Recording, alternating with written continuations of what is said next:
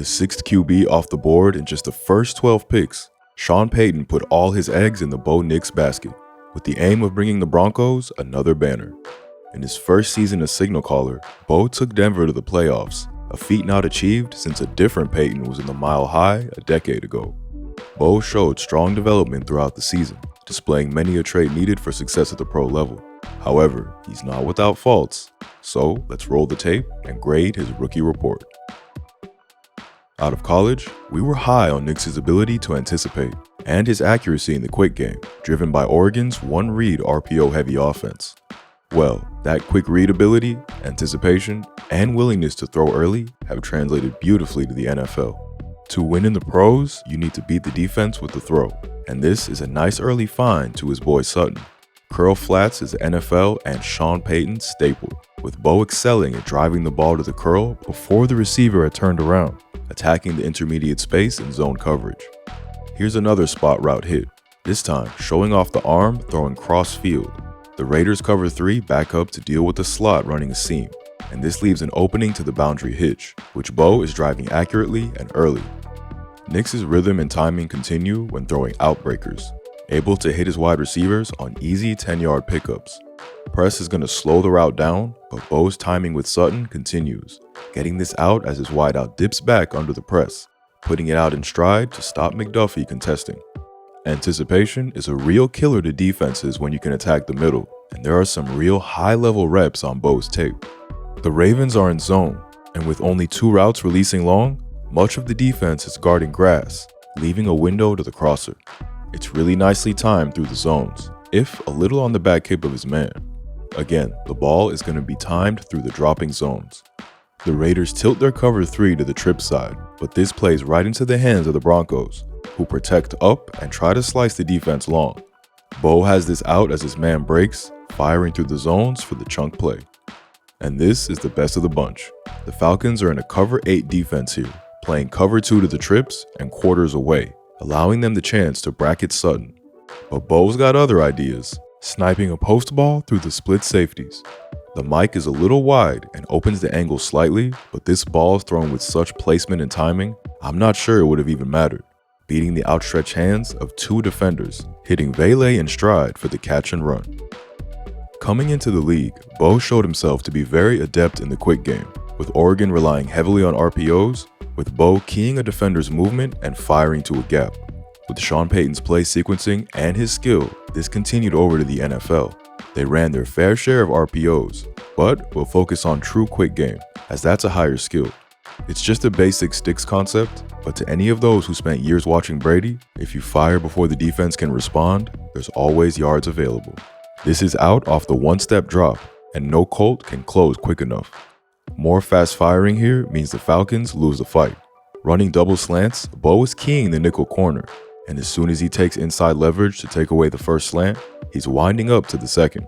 He knows no defender can beat the man to the spot, no matter man or zone, and Valet has 9 more. Payton is a master at getting his quarterback into rhythm and making it friendly, a perfect pairing for a rookie. Down on the goal line, the Broncos fake jet motion to pull the defense left, booting out right for the sprint option, creating an easy 1-2 read for Bo. Lil Jordan Humphrey gets bracketed, so Bo throws a fadeaway to Sutton on the crosser. Good stuff. There's some good signs of reading into the intermediate level too, along with more good timing. The Bills' fire zone distributes the routes well, but it's going to leave a chance to the dig, which Bo has out fast to beat the 5-man pressure. More nice reading and early throwing again here. The Raiders' man match can be attacked with the dig route and the dagger concept, with the space cleared out by the inside routes. But throwing to depth means you have to throw early, or these NFL DBs are real quick to recover. Mad Max steamrolls through the right tackle, and the ball's forced short with the pressure. But the anticipation allows the receiver to maintain some separation, dropping to a knee for the catch. Throw early, and you'll beat the rush. And this is just a beauty, showing good killer instinct and a mesh between play caller and quarterback. It's a Payton special with a bubble slant combo to distract the defense, and then 2 vertical routes from the tight ends, trying to catch teams over-rotating and then attacking them up the seam. They catch the Panthers in a blitz, and although they initially do a good job to carry the seam route, J.C. Horn has to peel off to take the outside guy, leaving Bo to time a beauty. The coverage is good, but the throw is great. and the catch, even better. Connection between coach and QB show up again when it comes to attacking long, with he and Nix combining to take shots downfield. However, Nix's radar wasn't always perfect. More on that later. Versus the Chiefs on 3rd and short, the Broncos go play action max protect with the Chiefs selling out for the run. It's a simple high-low read for Nix, and when the safety crashes down to take away the crosser, Bo's putting it to the sky, laying one out to Sutton for 6. Against Cleveland, Peyton's got a great idea to attack the Browns while backed up. Schwartz uses a Tampa 2 buzz coverage here, with the safety exchanging the deep half to become the corner's responsibility, trying to crowd the sticks on a long 3rd down. However, its weakness is a ball to the post to beat the rotation, perfectly attacked with the Broncos' 3 verts concept. The chips buy Nix plenty of time, and his timing is excellent here, releasing as Mims gets parallel with the hole runner, threading a frozen rope between the converging zones, leaving Marvin running free for 93. Here's more great deep ball throwing, and his best ball of the season in the biggest moment. The Bills drop into the league's trendy quarters coverage, and a stunt on the left side gets a man free to Bo, but he's unfazed. Remember, quarters is a leverage coverage, not a deep coverage, and you can still go long if you can beat the safety's leverage. The Bills try to rotate late for disguise, but Bo's all over it, launching a 60-yard bomb to college teammate Troy Franklin to shock the crowd on the opening drive. And against the Bengals, there's more cannon on display. Borrowing from Bo's college playbook, the Broncos will run a play-action dash concept, running what appears to be a normal shotgun dropback after the play action, only for Bo to late roll right or dash, finding clean space to launch. This all works in perfect sync to set up a corner post route, and Nix sends a moon ball from his own 40, dropping it 7 yards deep into the end zone in perfect stride. Getting Bo on the move and rolling the pocket was a big theme his rookie season. More signs of adept coaching by Peyton to make it easier for his youngster. Here's that same dash concept again, but instead of play action, he sets up tall, then rolls to set up the flood concept. The high set has Bosa looking inside and gives Bo space and time to roll right, and this is an absolute bullet to Sutton on the crosser. And here it is again against the Bills in the playoffs. Von Miller makes Bo abandon the drop and escape wide faster, but the concept creates space when Bo does get wide, doing a good job to work high to low, finding Sutton again on the crosser. Bo's willingness to work under center meant the boot action game was also a strong part of the playbook. They loved this escort motion with the stretch run, so they play action off it and use his wheels, and Bo can operate in acres of space, making another good read to find a crosser. His tight end this time, who rumbles for almost 40. He's adept going the other way too, this time booting left and showing the mechanics to flip his hips and find the crosser once again. And all manner of sprints were used too. Why have your rookie make a difficult throw backed up in his end zone? Get him on the move, make it a 1-2 read, and let him flourish. This movement ability flashes in the pocket too, with Bo showing some good examples of stepping up through chaos and finding a read, although this would remain erratic overall. More on that later. On the final drive of the game against the Chiefs, Nix continues to extend his team into field goal range with a good read and step up. The Chiefs bluff all-out pressure, dropping into cover 1, and get good pressure around the edges. This forces Nix to abandon the dash concept, stepping up away from the rush and firing it to the crosser on 3rd. That's good work. In his debut, it's more good work to step up, draw in the defense, then find the open man. The D-line gets washed high and outside, giving Bo plenty of space, and ideally, he'd throw this with touch to the crossing space.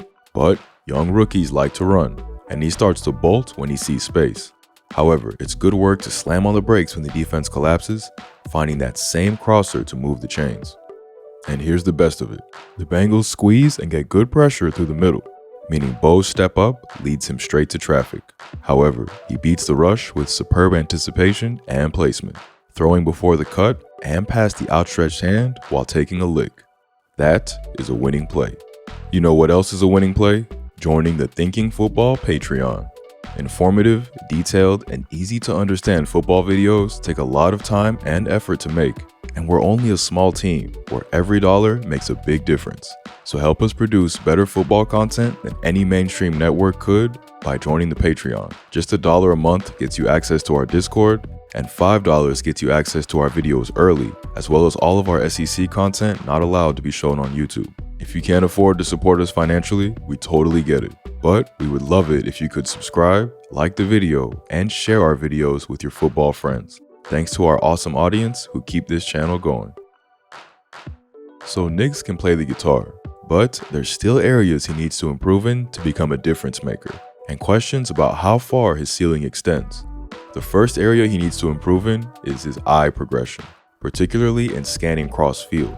His anticipation and quick game were excellent to see, but if Bo was asked to work boundary to boundary, his eyes could get lost, missing reads or escaping with his eyes down too early. This is a play he ran dozens of times as a rook, yet his eyes could still get lost. The Broncos motion to empty and run a staple curl flat concept, with the flats filled after the chip blocks, and the Bengals drop deep to cover, but leave the far flat open. Yet Bo never gets to it, eyes down, escaping the pocket to turn this into an improv play. The outcome ends in positive yardage, but as we talked about in our Drake May video, it's the process that we care about, not the result. The rook's CPU seems to crash here, with him ignoring the easy hook and turning it into a scramble. It's hard to work out what spooked him here, but these plays need to be made. His eyes on the scan again here are a bit lost. Looking near side first, he's reading the smash concept, and the Falcons' D bites, leaving the corner open. Bo seems confused by the broken coverage and immediately goes backside, but misses another opportunity to time it to the first down marker, instead opting to go to his back, who's tackled well short of the sticks. And here, his eyes drop again on the sim blitz, despite no immediate threat. There's a window to throw the comeback or the crosser, but Bo is resetting and looking at the rush, missing both opportunities. When he does get his eyes reset, it's too late, leading to an incompletion. While his full field scans always remained a bit of an issue, something that got better throughout the season and ended as a positive was his work in the progression game. The Broncos heavily leaned on these two-man play-action concepts to attack the league's trendy quarters coverage, and Bo became very adept at reading the two routes, then going straight to his checkdown when the defense backed up. There's still some more work needed in the progression game, but there's some decent signs already. All rookies make poor reads at times, and Bo is no exception, with more complex reads further downfield being an area that definitely needs improvement. This is a poor read of the safety rotation on one of those play-action two-man route concepts, with the safety biting hard on the over, leaving a post shot to the house available. But Bo just turns it down, backs up in the pocket, then runs. Can't be leaving opportunities for points like that on the table. Against Indy, he gets caught assuming the coverage and finds a defender right between the numbers. As Zaire Franklin turns to Vele running up the middle, Bo assumes he's the whole player in a Tampa 2, and he'll run with the route, opening a middle window shot. But this is actually a flat cover 2, and despite hesitating, Bo still lets go, handing the ball back to the Colts. And if you're this late throwing a corner route, it'll almost always go back the other way. It's good aggressiveness to drive this on the long third down, but his eyes have got to see this quicker, as the Colts pick him off for the third time in this game. Of the rookie QBs we've covered this offseason, Bo also had the biggest propensity for what the fuck throws. All rookies are going to have some, but when you're playing so well and giving your offense rhythm, this can really suck the life out of your team. It's that Yankee concept here again, and Bo makes a poor read. The quarters coverage by the Seahawks does a better job to distribute the routes. However, there's still a chance long to Mims, with him turning the safety and Bo clean thanks to play action. But Nix for some reason goes to the over, throwing this into triple coverage for the interception. Opening week is one thing, but this was still happening 16 weeks later. It's more dash concept, with Bo setting, then rolling towards a flood concept, but the Bengals' edge plays it well to hold him in the pocket. The routes are well covered, and I get his thinking trying to drive this into the space on the long third down, but it's really bad accuracy, throwing straight at the backer for an interception. Bo's last major fault is a pretty big one, and one that limits his ceiling, and that is his radar. You can have all the reads and anticipation you want. If you can't deliver the ball accurately, it's not worth a penny. In the short area, Bo's great, no problem there, but attacking deeper, Nix often lacked the ability to put the ball where he wanted consistently. It's a nice drawn-up 3-read shot play where the Chargers defense gets stretched, but Nix leaves this way short. His body seems to be falling back after the release, with his body not rotating fully, and the ball hangs in the air, allowing the corner to recover when the receiver had 5 yards of separation. Here it is again against the Colts. Franklin has his man beat, but Bo's not rotating fully, and it's 4 yards short of its required pace, allowing the corner back into the play. Nix is also missing these due to hurrying his footwork on the dropback. Watch how his drop dramatically speeds up at the end, and he rushes the throw, again not rotating fully, throwing flat and long. We're no purists here at Thinking Football when it comes to mechanics or throwing motion, but rhythm is always required to be accurate consistently.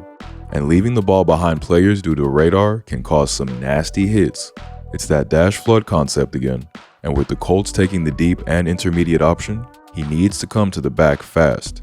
But he's a beat slow and behind, leading to a crunching hit. Leading your receivers into danger like this won't make you many friends in the NFL.